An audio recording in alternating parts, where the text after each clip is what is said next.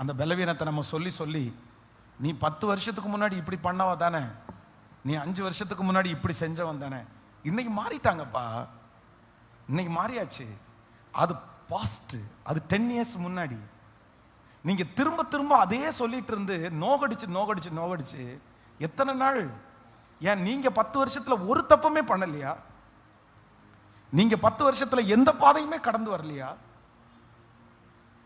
ஆண்டவர் எத்தனை நினைச்சு நினைச்சு வச்சிருந்து 10 வருஷத்துக்கு முன்னாடி நீ இவ்வளவு மோசமான ஆளா இருந்த, அதனால இன்னைக்கு நான் இதை தரமாட்டேன்னு எத்தனை ஆண்டவர் தடுத்து நிறுத்தி இருக்கிறாரு?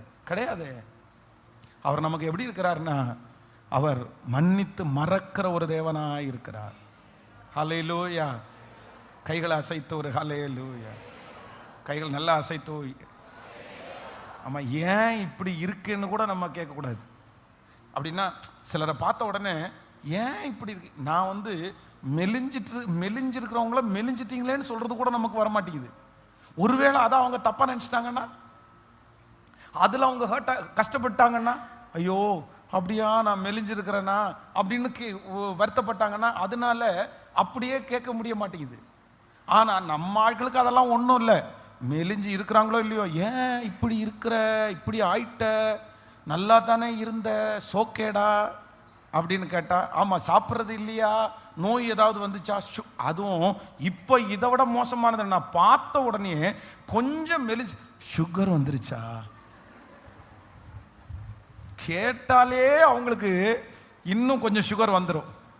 இவங்க டயட்ல இருந்து தான் உடம்ப குறைச்சிருக்காங்கன்னா கூட சுகர் வந்துருச்சு. உங்களுக்கு சுகர் வருதுல, அவ்வளோ சந்தோஷம் உங்களுக்கு. இது என்ன பேச்சு?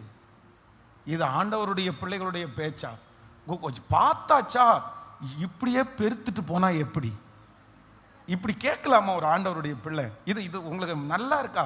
உங்களுக்கே வாயில நல்லா இப்படி அந்த பிள்ளை அவங்களுக்கே ஒரு இன்ஃபீரியரா இருக்கும், அவங்களுக்கே ஒரு கஷ்டமா இருக்கும். ஐயோ நம்ம இவ்வளோ உடம்பா இருக்கிறோமே, நம்ம இவ்வளோ உடம்பு வந்துச்சிட்டோமே, இதை குறைக்கிறதுக்கு என்னன்னு பார்த்தா, அந்த வருத்தத்தோட இருக்கிற ஒரு நபரை பார்த்து, இப்படியே நீ பெருத்துட்டு போனேன்னா தின்றதை கொஞ்சம் குறைச்சிக்கோ.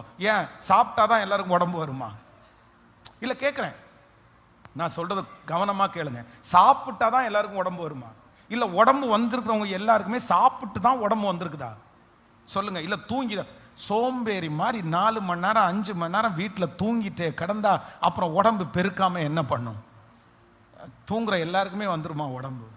இல்லை அவங்க தூங்குறதுனால தான் இந்த உடம்பு வந்துச்சுன்னு நீங்க கண்டுபிடிச்சிட்டீங்களா? இது என்ன பேச்சு?